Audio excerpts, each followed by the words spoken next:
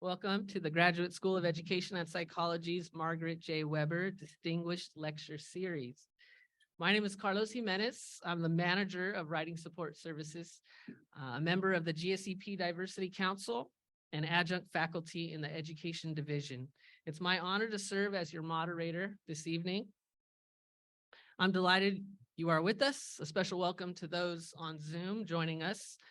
Just a reminder for those on Zoom to please stay muted during the presentation to help minimize the background noise. This evening's session will also be recorded and posted to our Distinguished Lecture Series webpage.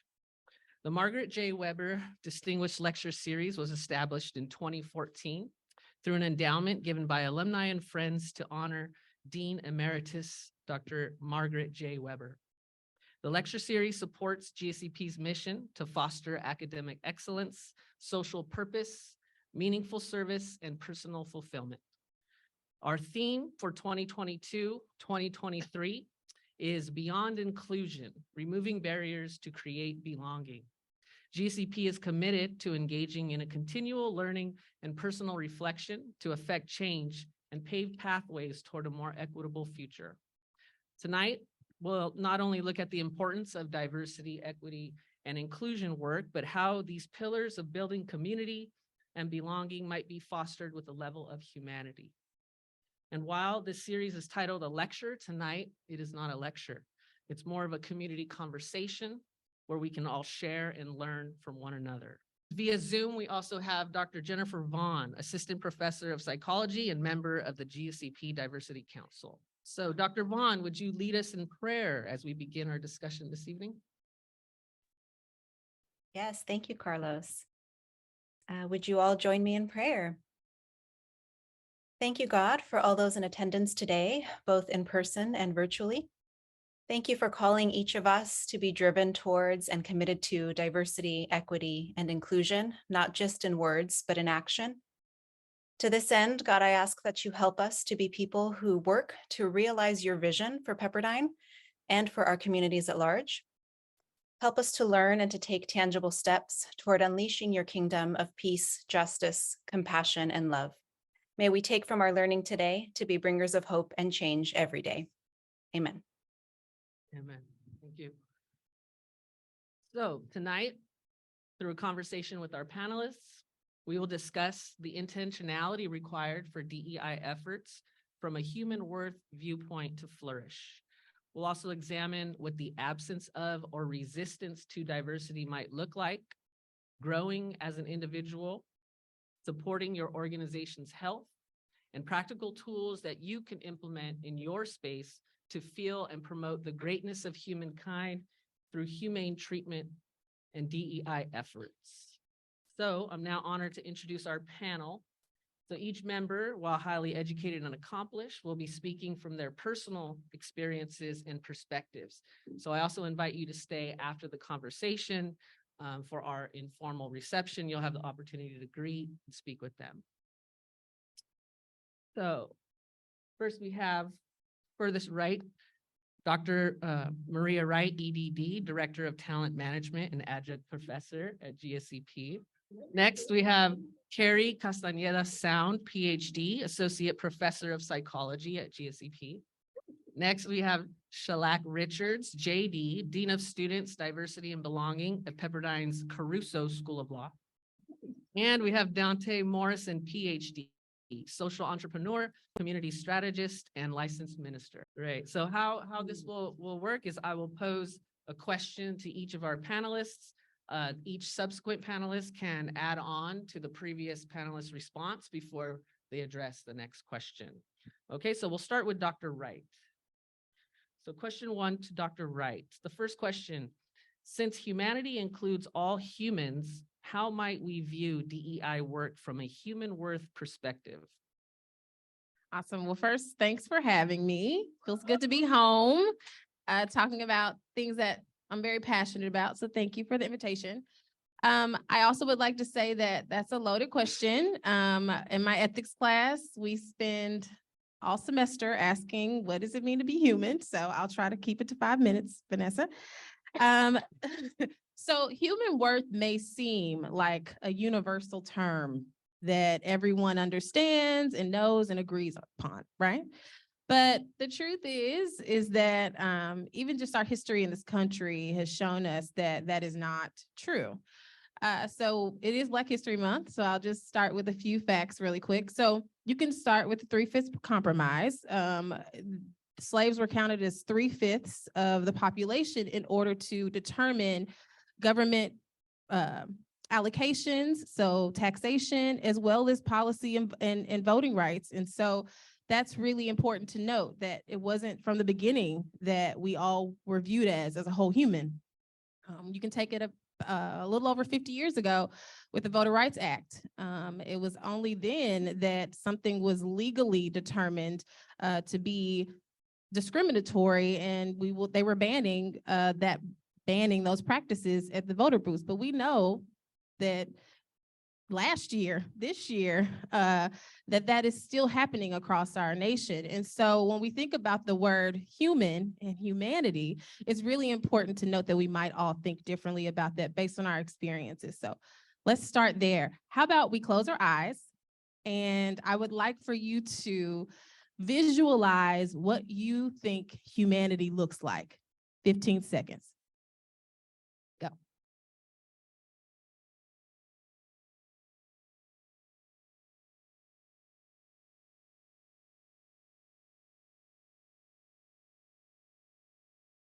Okay.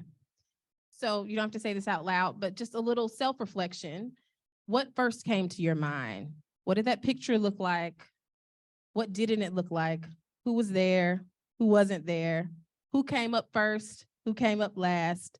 These are all things to think about when you think about your own perception of what humanity looks like. And that's where this work starts. It starts with ourselves, right? And so one of my colleagues from the University of Mississippi, he's the vice chancellor, associate vice chancellor of DEI. His name is Dr. E.J. Etney. He sent me an article that I think is really powerful by Jeffrey Hinchliffe out of the UK. And I wanted to read a quote from him he did an article about intrinsic human worth, which I thought is really powerful. And Vanessa's going to send out all these resources afterwards, but I'll read a quote from him. It says, "The affirmation of the worth of a human life is accompanied by an implicit democratic declaration that no human subject, whatever their identity, can be excluded from this conception." So basically, it is to say that the attribute of worth is unconditional, no matter who you are, where you come from, what your differences are. And so there are no qualifications whatsoever that you have to pass to have access to this human worth. And I think if we start there, we can really have a conversation about what we are owed as humans in our human worth. And Cornel West often refers to human and humanity as has a root in a Latin concept called humando. He likes to talk about that, which really means burying or death or to bury.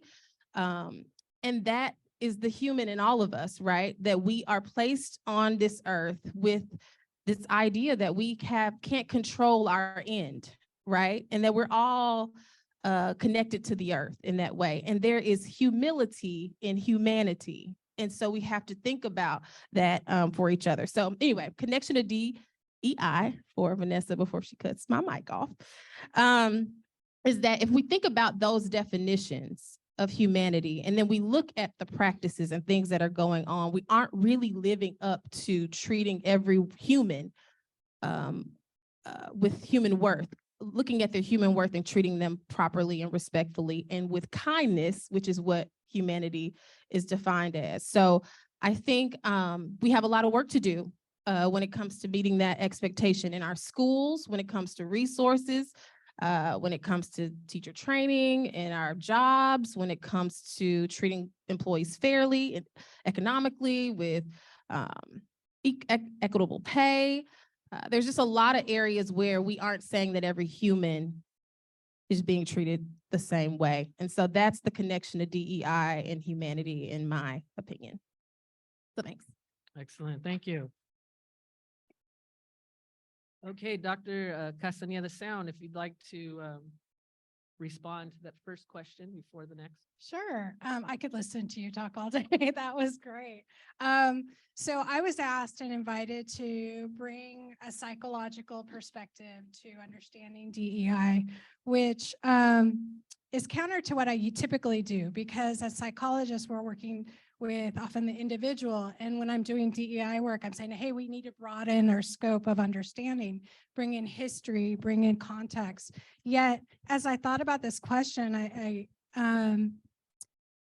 the question is a gift to me to really sit and think about what this means.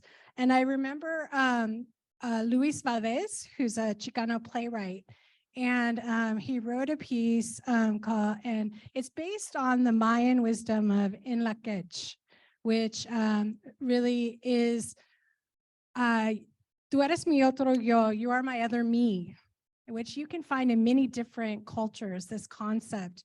I see me and you see you and me. If I do harm to you, I'm harming myself, right? And so I approach this work in a very interpersonal, connected way.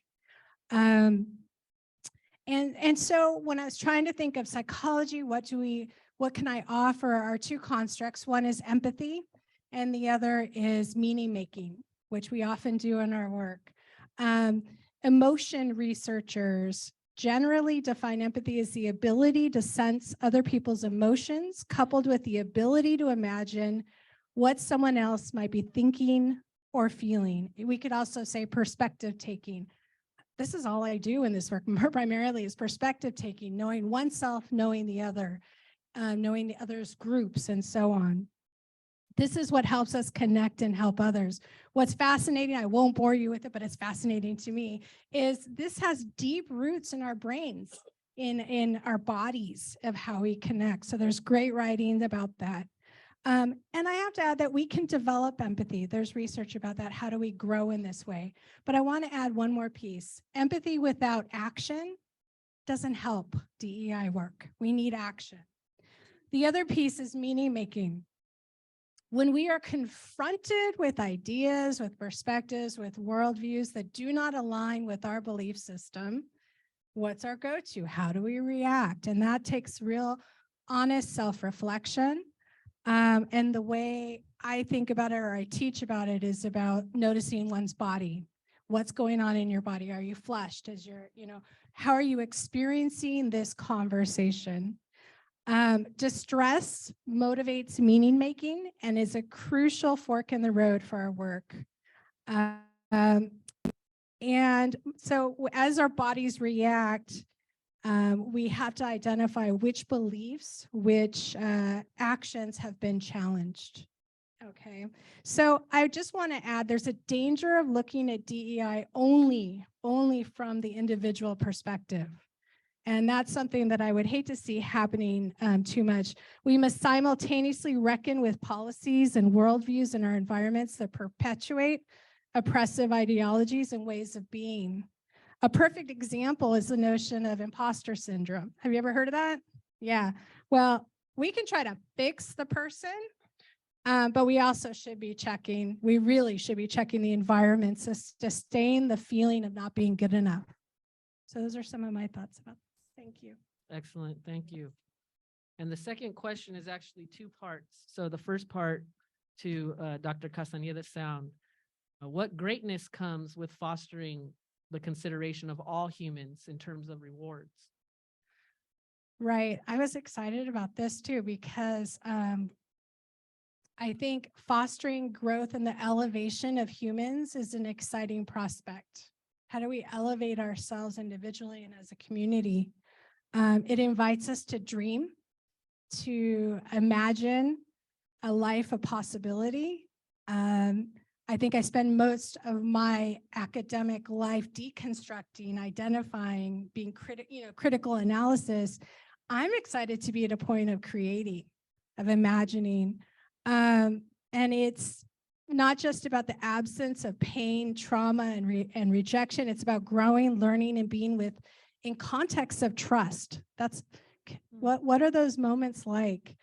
We can venture into difficult conversations and trust that we're safe. Wow.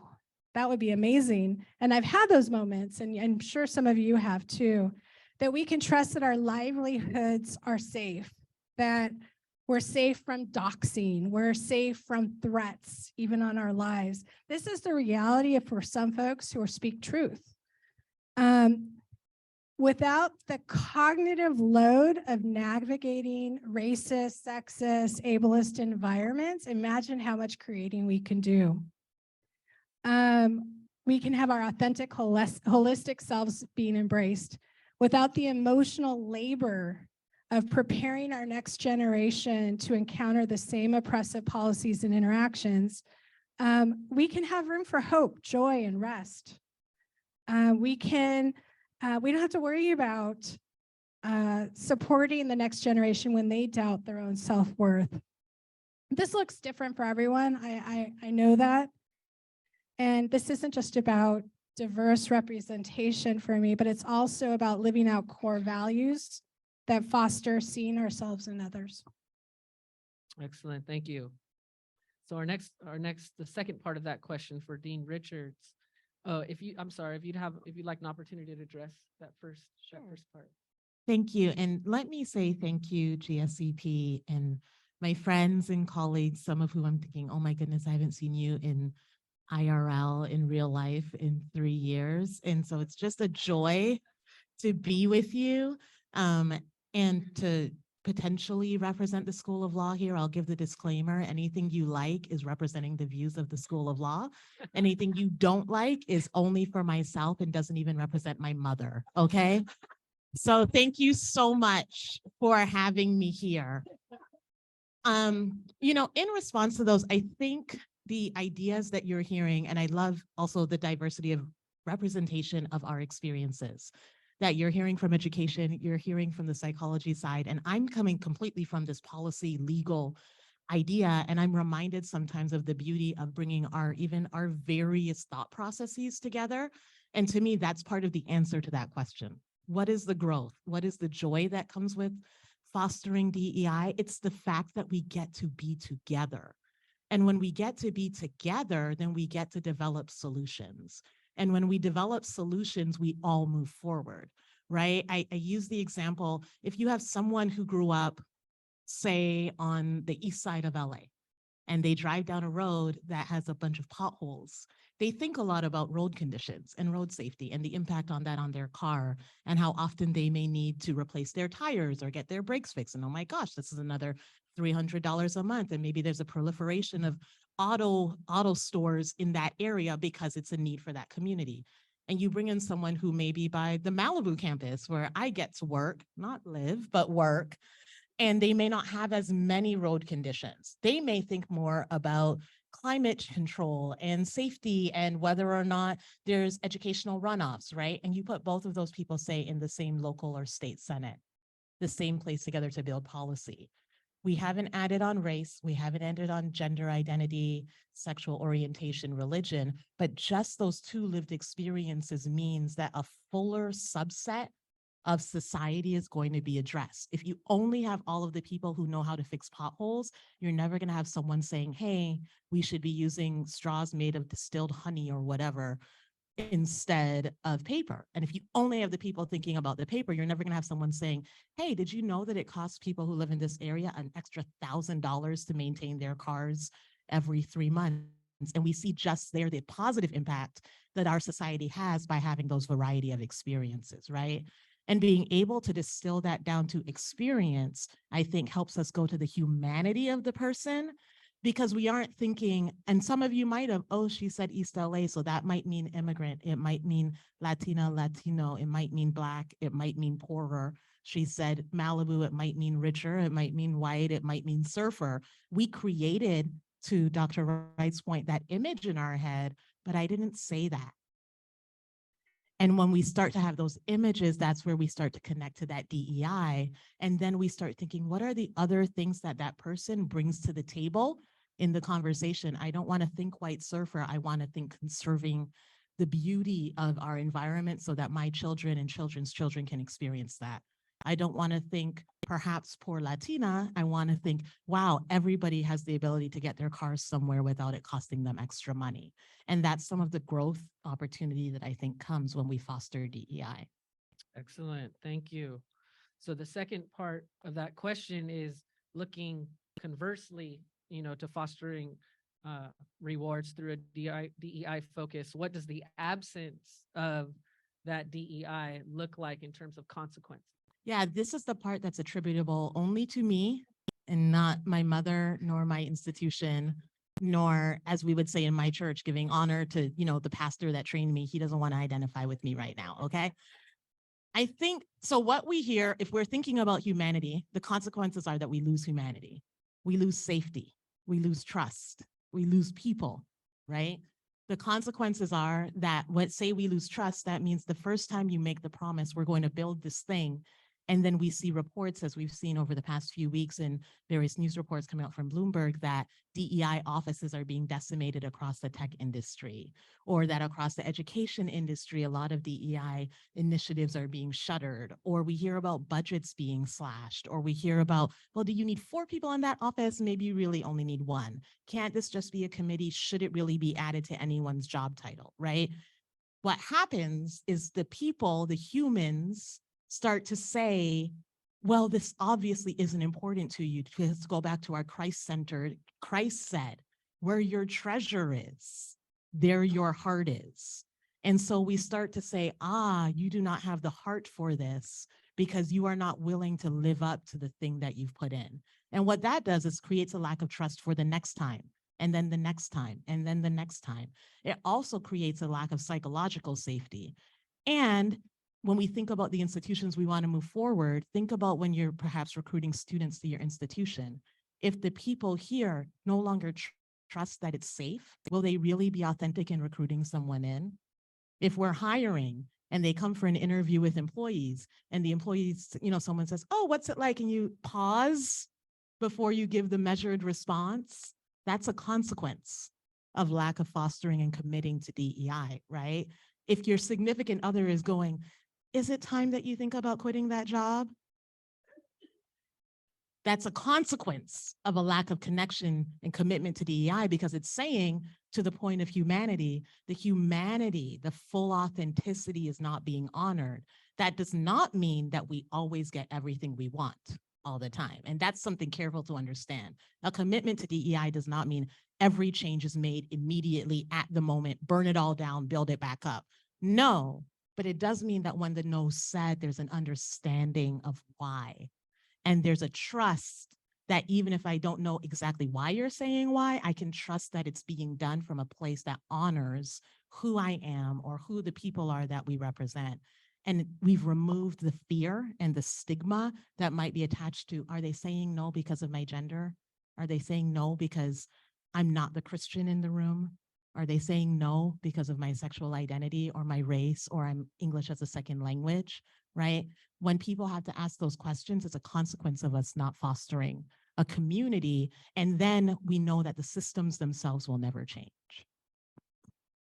Excellent. Thank you. Dr. Morrison, if you'd like to address that second part of that question about consequences. Sure, let me look at my notes.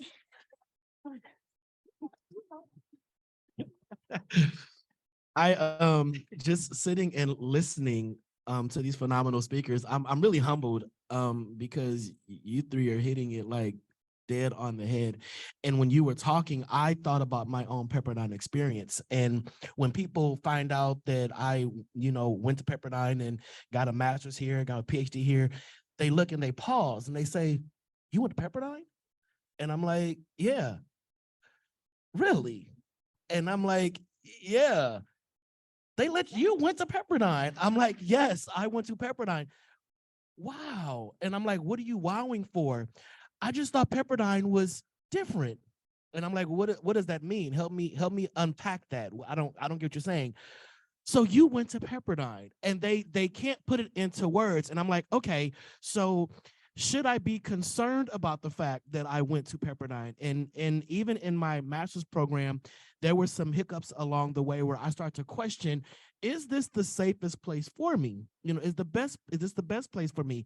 In the PhD program, we had a lot of issues with I would just say racism. It was some situations, and I sat back and I'm like, in my cohort, they was like, well, Dante, you're the Malcolm, because I tried to be calm, but by year 4, I was Malcolm, because I was like, no, something need to change. It was just different. So I'm someone, I'm a triple minority. I'm Black, I'm gay, I'm living with HIV. So Pepperdine was not the space that many of the people that fall into my same identifiers saw as safe. They're like, but Pepperdine's a private Christian university. Do they know you're gay?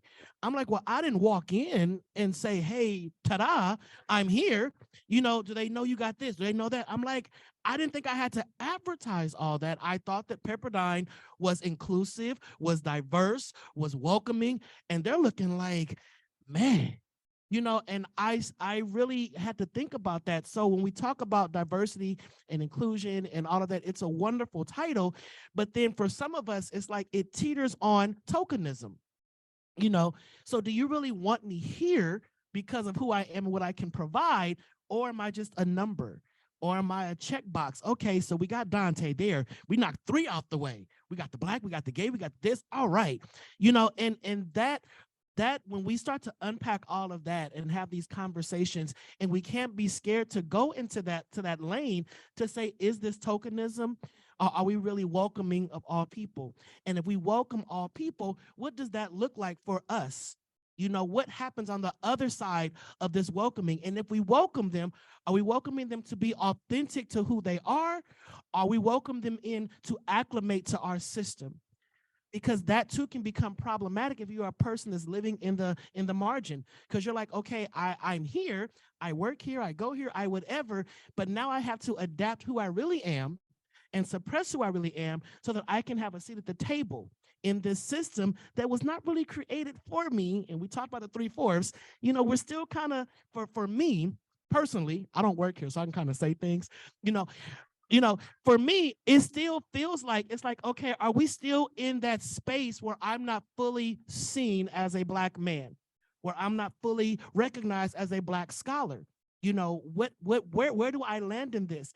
So I think it's important to not only humanize, this, but also really do the work of unpacking what DEI looks like for real. Not just to get by and say we have some accredited DEI experts and we got this, but what does it really look like? What does it look like at Pepperdine, on the campuses, in the classrooms, in the academic centers, in the offices? What does diversity look like? Or is it just mirroring a system that's in place that is not welcoming, but you can come on in, Herbie, but don't be authentic, but come on in, Great, thank you. Absolutely. It's my Right? turn. Very specific. I promise. I Richard, promise it's okay. please. I'm not gonna say it's good, but I'm gonna say it's okay. I'm sorry, and Vanessa can take it from me. I just want to say that, and I forgot. This is why I should have written it down. That one of the things that I feel deeply is a consequence that I meant to say that is specific to Pepperdine, is that it damages our Christian witness. That a lack of prioritizing humanity and being very committed to moving DEI forward damages our ability to stand and say that we are if not the premier Christian academic institution.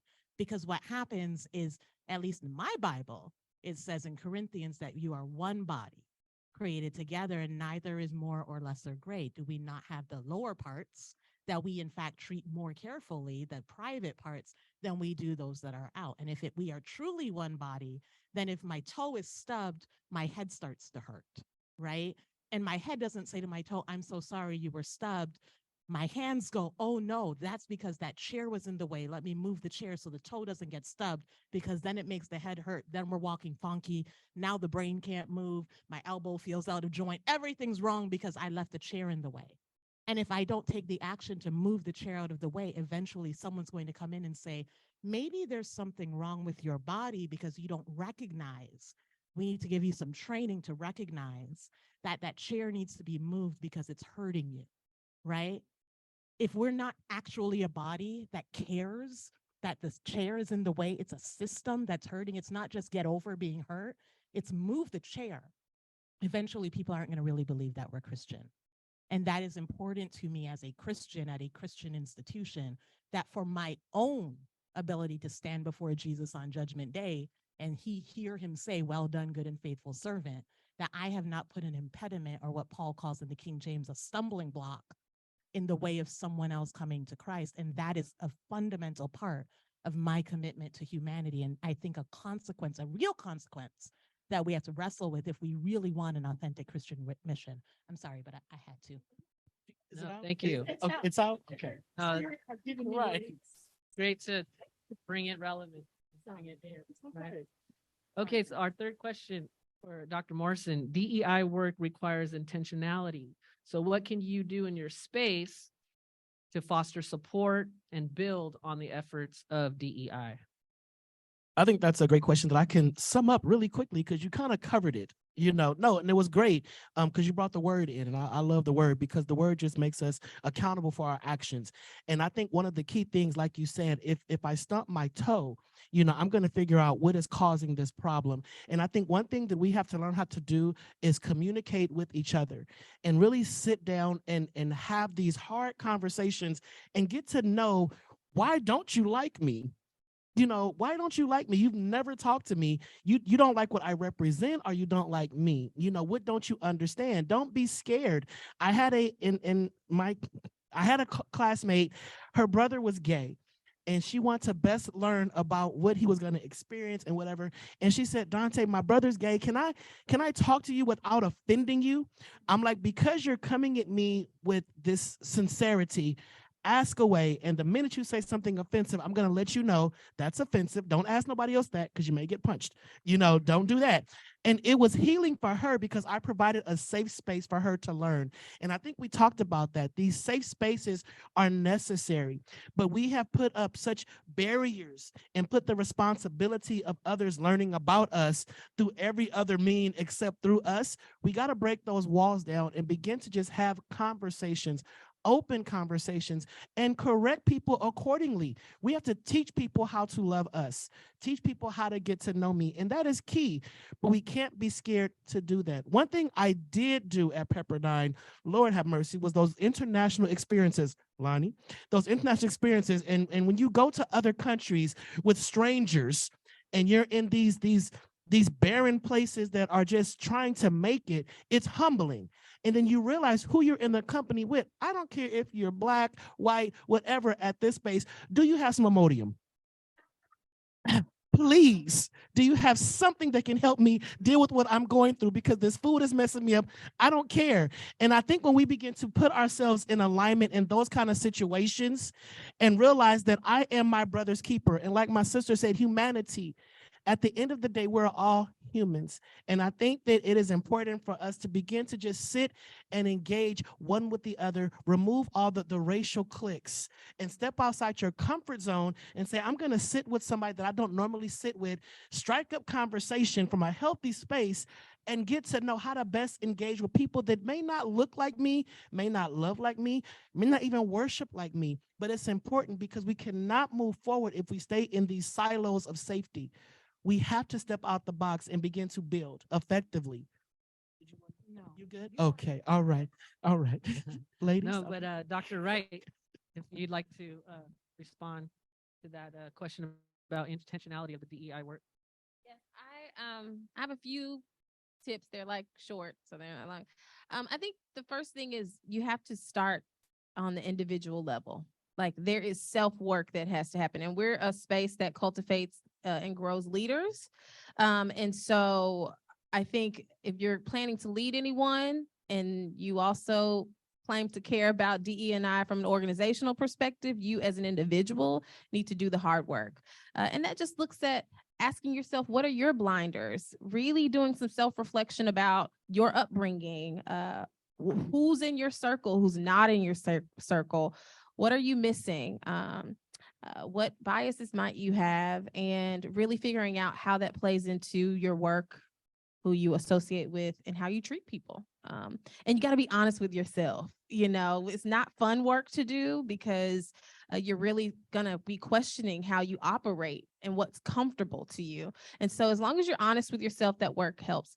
I'd say the next thing would be to, if you're from an organizational perspective, you need to do some type of needs assessment, collect some data, look at what the space looks like, set some goals, and take real action. Like you mentioned, you know, I am tired of seeing these 30 to 40 page DEI strategic plans. Dr. Wright, can you review this for us? And my first question is, are you really about this life? Like, are you really going to do something? Or are you just writing really nice words? Because it's actually going to do you more harm. I'd rather you as an organization say, we're not focused on DEI right now. And that's just the truth. The honesty really helps, because that trust that Shellac is talking about is very real. If you are saying one thing and doing another, you've lost the trust and faith from your employees, and it's pointless at that point. Also, please avoid cultural taxation. And the minority tax, as some might call it. If you know that you only have a few people of a certain group, they can't do every single diversity effort that you have, particularly Black faculty, Black and brown faculty. We are not just teaching classes, just for the record.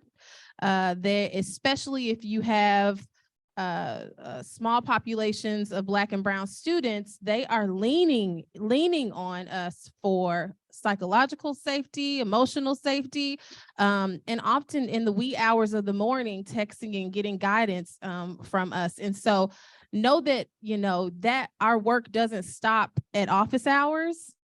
And, and that should be recognized. So as an organization, that's important. And also, you need to really embrace a culture of allowing employees and students, or whoever your constituents are, to be able to be honest and give feedback and share concerns. Do not say you have an open door policy and that people can come and share concerns. And if somebody comes and says, I feel like I've been overlooked for an opportunity because of my race or my gender or whatever, and you say, oh, that's not the case. Our first reaction can't be to protect. And it's hard for me because I'm coming from an HR perspective, and although my first priority is to protect our employees, I'm also protecting the university in a lot of ways too. And so you have to really check yourself to say, let's not dismiss these allegations, or let's not dismiss this person's their truth.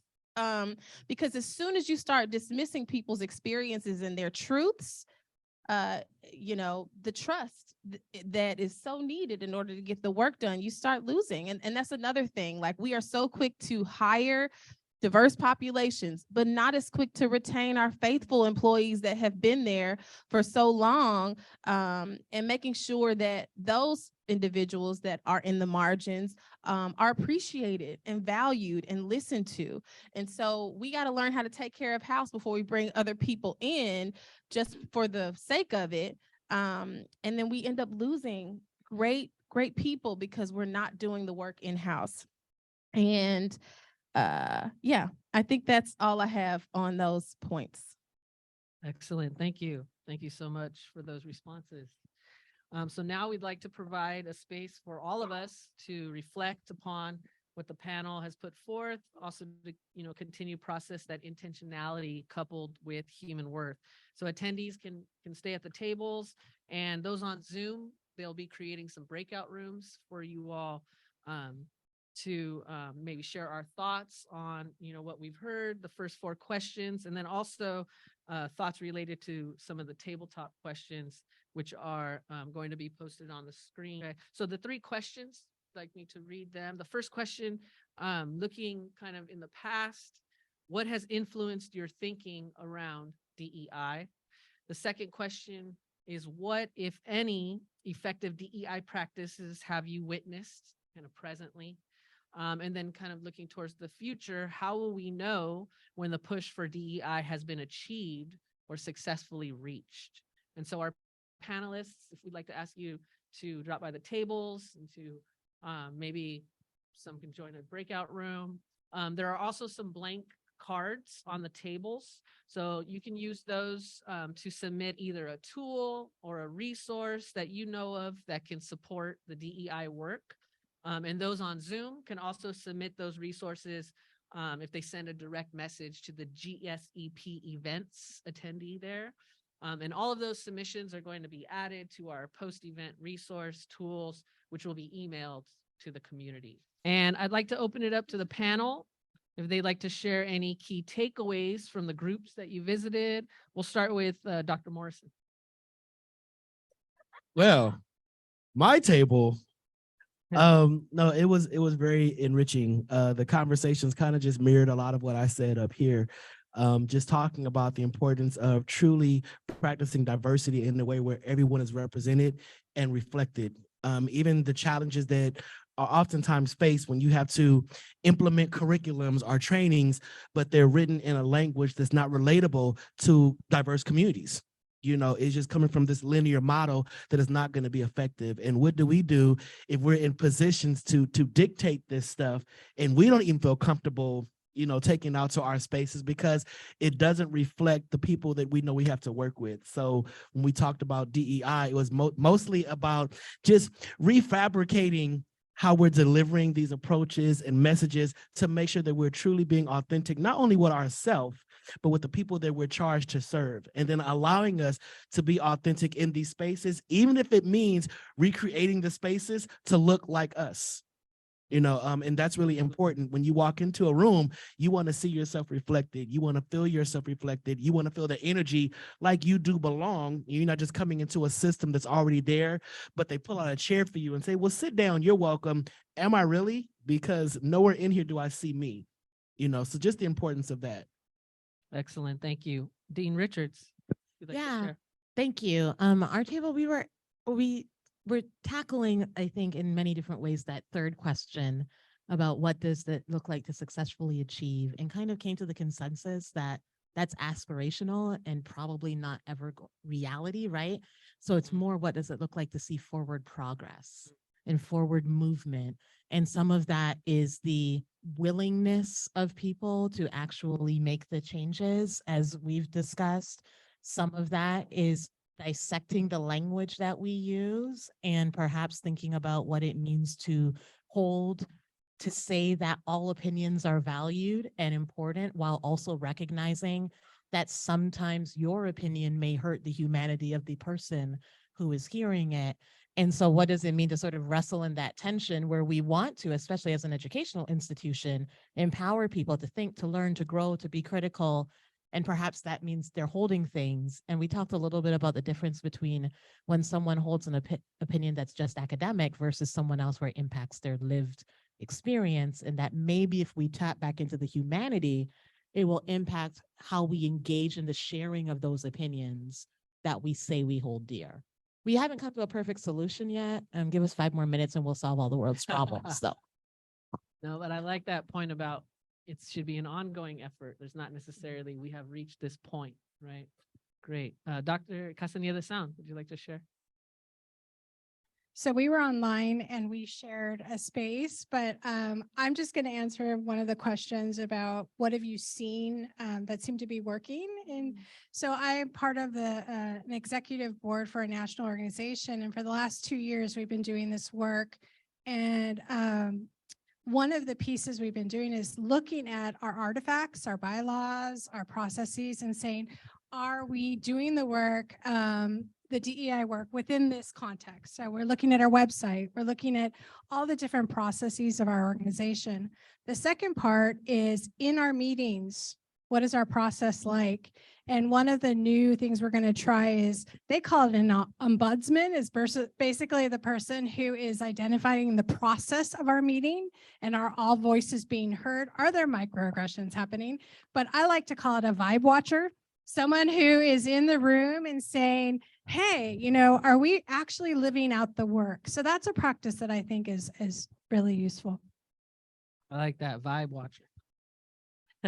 We were in the same room, so I'm gonna keep this really short. Our group, we focused Karen, who's online. She brought up a situation at her workplace. She's an educator, and We talked about the importance of accountability and how we have to hold people accountable at all levels, even at school age levels, all the way to adults in the workplace, to really set the precedent that there's no tolerance for hate in those spaces. And so also after holding one accountable, there's the importance of the education of it all and figuring out how we can prevent it from happening again. So thank you, Karen, for bringing that up.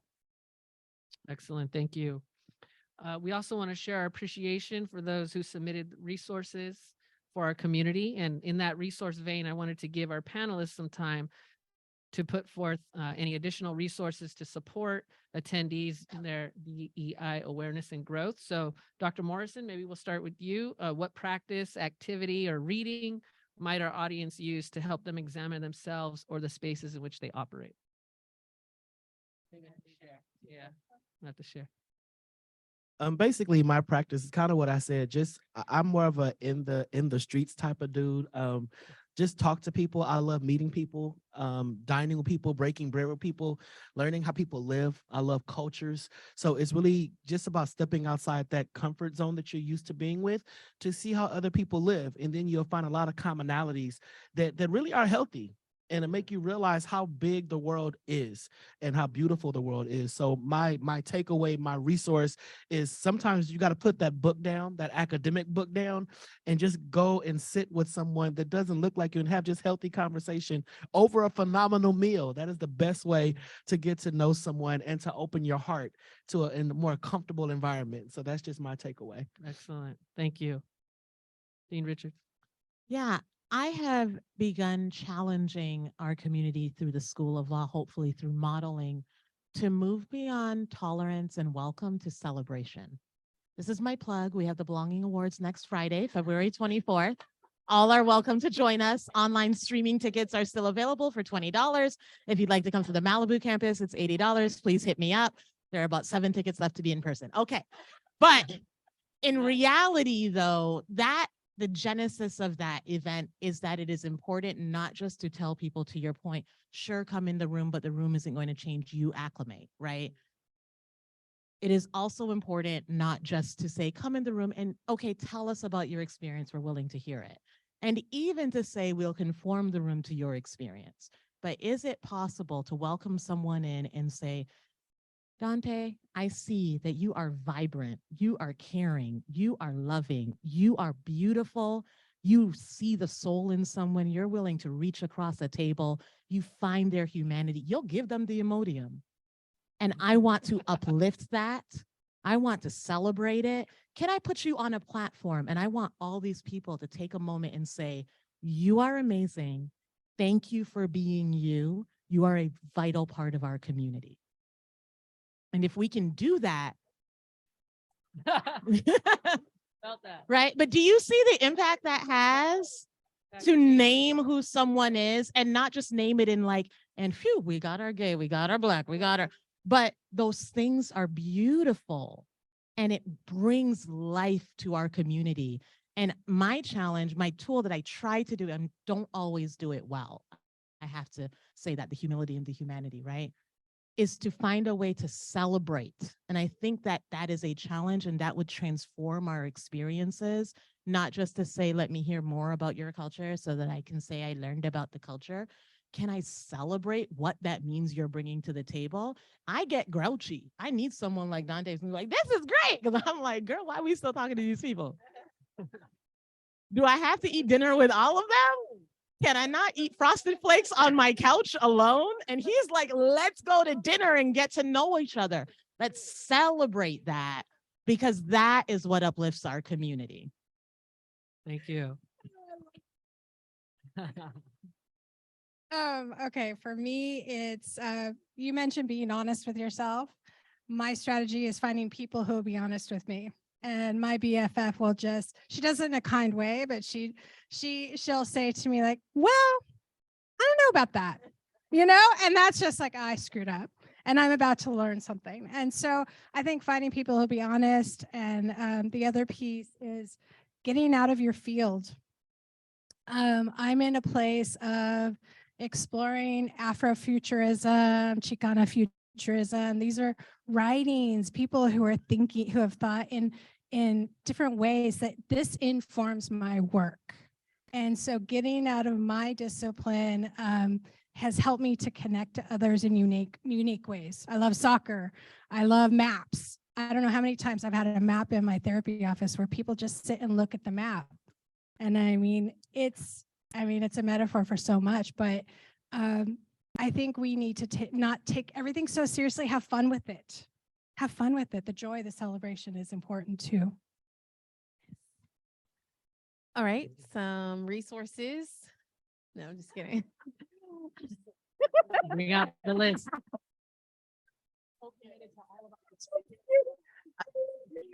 It's just who I am. Yeah. Okay. I will not start with my resource list. I will say something that we all know, which is representation matters. Like a lot, and I think more than we think. And so that's the first thing. I also would say, as important as implicit bias is, affirmation bias can also be dangerous. If you find yourself attracted to just people that act and think and talk like you, especially if you're in a leadership position, this is critical. You're going to be more likely to invite them to opportunities, to mentor them, to coach them, because you see yourself in them. I challenge our leaders to find someone that they don't see themselves in, to invest in, and provide opportunities to them, because those opportunities, those events, that extra feedback adds up and creates cultural capital that is you can't buy. And so let's be careful about that.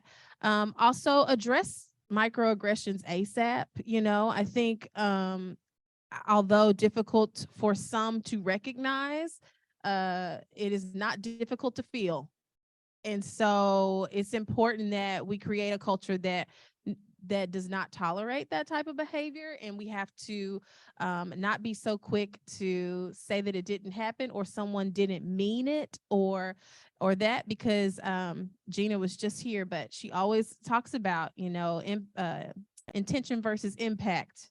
And so we have to not focus on the intention about how we make people feel, and focus on the impact and how we're going to correct it. And then I will just do a shameless plug for a book that was released. Dr. Ella Washington, her book is The Necessary Journey. And it's really, really good. It really explores corporations and through their DEI journey. So if you are not in the higher ed space, but you're in the corporate space, this is a really good book to kind of see, to kind of address the question of like, where's the end, which there is no end. But this really helps you see the journey, and she's an amazing person. It has to be a good friend. So plug on that book.